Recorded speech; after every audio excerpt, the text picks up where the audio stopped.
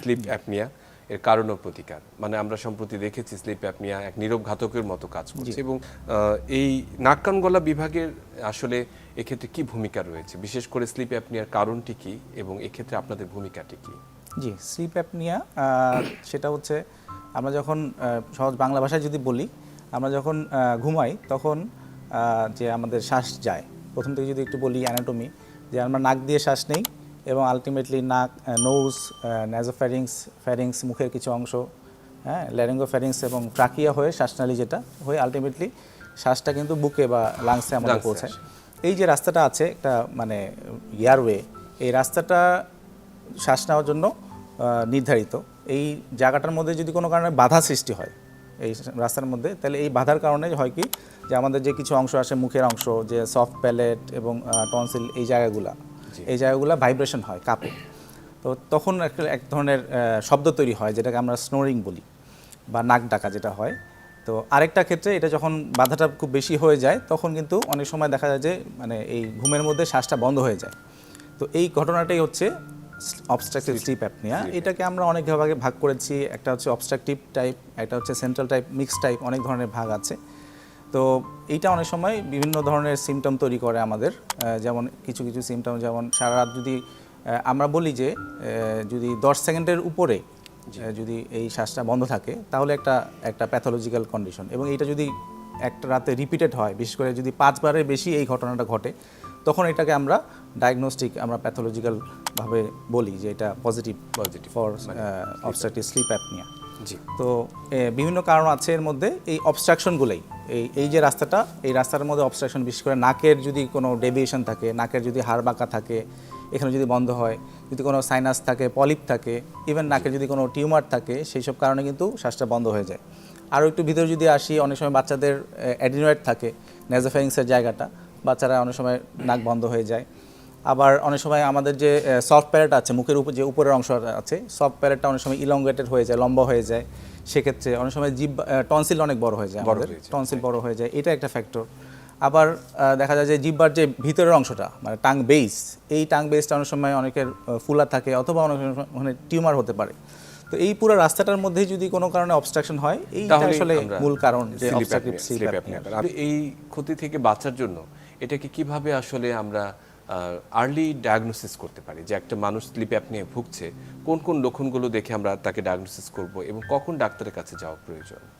জি, আমাদের কাছে আসলে অনেকেই আসে, বিশেষ করে রোগীর সাথে যে থাকে, বিশেষ করে বেড পার্টনার, উনি আসলে রোগীকে নিয়ে আসে যে উনি রাতের বেলা কিন্তু খুব জোরে জোরে শ্বাস নেয় এবং মাঝে মধ্যে শ্বাসটা বন্ধ হয়ে যায়, মানে যেটা ওনারা বলে যে এক ধরনের মানে শ্বাসটা বন্ধ হয়ে যায়, চকিং ইফেক্ট হয়, শ্বাসটা অনেকক্ষণ ধরে বন্ধ হয়ে থাকে, রোগী ছটফট করে এবং রোগী অনেক সময় ঘেমে যায়, একটা পর্যায়ে আবার শ্বাস আসে। এইভাবে অনেকগুলো এপিসোড যখন ঘটে, তখনই আসলে রোগীর সাথে যে থাকে সে ভয় পেয়ে যায়, তখনই ওরা কিন্তু আমাদের কাছে নিয়ে আসে। তখন আমরা আসলে দেখি যে আসলে তার কোনো অবস্ট্রাকশন আছে কি না। প্রথমেই আমরা এই এয়ারওয়েটা চেক করি, বিশেষ করে মানে আমরা যখন চেম্বারে আসে, চেম্বারে আমরা অ্যান্টেরোরাইনোস্কোপি, নাকটা দেখি হেডলাইট দিয়ে অথবা ফাইবার অপটিক ল্যারিঙ্গোস্কোপি করে আমরা আসলে প্রাথমিকভাবে আমরা ওনার দেখি যে প্রাথমিকভাবে কোনো অবস্ট্রাকশন আছে কিনা তার শ্বাসনালীর মধ্যে, নাক থেকে শুরু করে তার মুখগহ্বর পর্যন্ত। তারপরে আরও কিছু পরীক্ষা আছে, যেমন আমরা তাকে পলিসোমনোগ্রাফি নামক একটা পরীক্ষা আছে, এই টেস্টটা করে আসলে স্লিপ টেস্ট যেটাকে বলি, অথবা স্প্লিট নাইট, সারা রাত একটা মেশিন লাগানো থাকে, এটা স্টাডি করে দেখে, যেটা স্প্লিট নাইট পলিসোমনোগ্রাফি বলে। এটার মাধ্যমে আসলে আমরা ডিটেক্ট করতে পারি তার আসলে কী ধরনের স্লিপ অ্যাপনিয়া আছে, অবস্ট্রাকটিভ নাকি সেন্ট্রাল, এই ক্যাটাগরিটা নাকি মিক্সড, এবং তার সিভিয়ারিটিটা কীরকম, মাইল্ড, মডারেট নাকি সিভিয়ার, সেটা আমরা পুরোটাই আমরা ডিটেকশন করতে পারি, এবং কোথায় অবস্ট্রাকশনটা আছে সেটাও আমরা কিন্তু ডিটেক্ট করতে পারি। এটা আসলে মূল আমাদের ডায়াগনস্টিক টুলস, যে কিভাবে আমরা ডায়াগনোস করতে পারি। এবং আমি বলবো যে আর্লি ডায়াগনোসিস করা খুবই জরুরি। ডাক্তার মুশফিক, আমি যেহেতু একটি কথায় ছোটো কথায় ফিরে আসি, সেটি হচ্ছে যে অনেকের ক্ষেত্রে দেখা যাচ্ছে যে এই ডাক্তারের কাছে যেতে ভয় পায়, যে মানে এখানে অনেক ক্ষেত্রে আমরা সিপ্যাপ অথবা কিছু মেশিনারিজ আমরা সাজেস্ট করে থাকি যে ঘুমানোর জন্য যন্ত্রটি লাগিয়ে ঘুমাতে হবে, এবং এই জায়গাটি অনেকের জন্য বিব্রতকর হয়ে দাঁড়ায়, যে শান্তিপূর্ণভাবে ঘুমাবো সেক্ষেত্রে একটা মেশিন লাগিয়ে ঘুমাতে হবে, এই জায়গাটিকে অনেকে মেনে নিতে পারেন না। অথবা স্লিপ অ্যাপনিয়া যেহেতু জীবন চলছে, তারা আসলে এটাকে গুরুত্বের সাথে নেনও না অনেকে। তো তো এই যে ট্রিটমেন্ট মডিউলগুলো রয়েছে, মডালিটিসগুলো রয়েছে, এই জায়গাটি সম্পর্কে একটু যদি বলতেন আমাদের। জি, প্রথমেই স্যার যেটা বললো যে লাইফস্টাইল মডিফিকেশন এবং লাইফস্টাইল মডিফিকেশন এটা করতেই হবে। বিশেষ করে স্যার যেটা বললো যে ওজন কমানো, এইটা মাস্ট। এছাড়া আমি বলবো যারা অ্যালকোহল প্রিভেন্ট করতে হবে, অ্যালকোহলটা কমাতে হবে, স্মোকিং অ্যাভয়েড করতে হবে। এবং প্রথমে আসলে চিকিৎসার ক্ষেত্রে প্রথমে আমরা এই যে উপদেশগুলো আসলে মানলে বেশিরভাগ ক্ষেত্রে স্লিপ অ্যাপনিয়া অথবা স্নোরিং কমে যায়।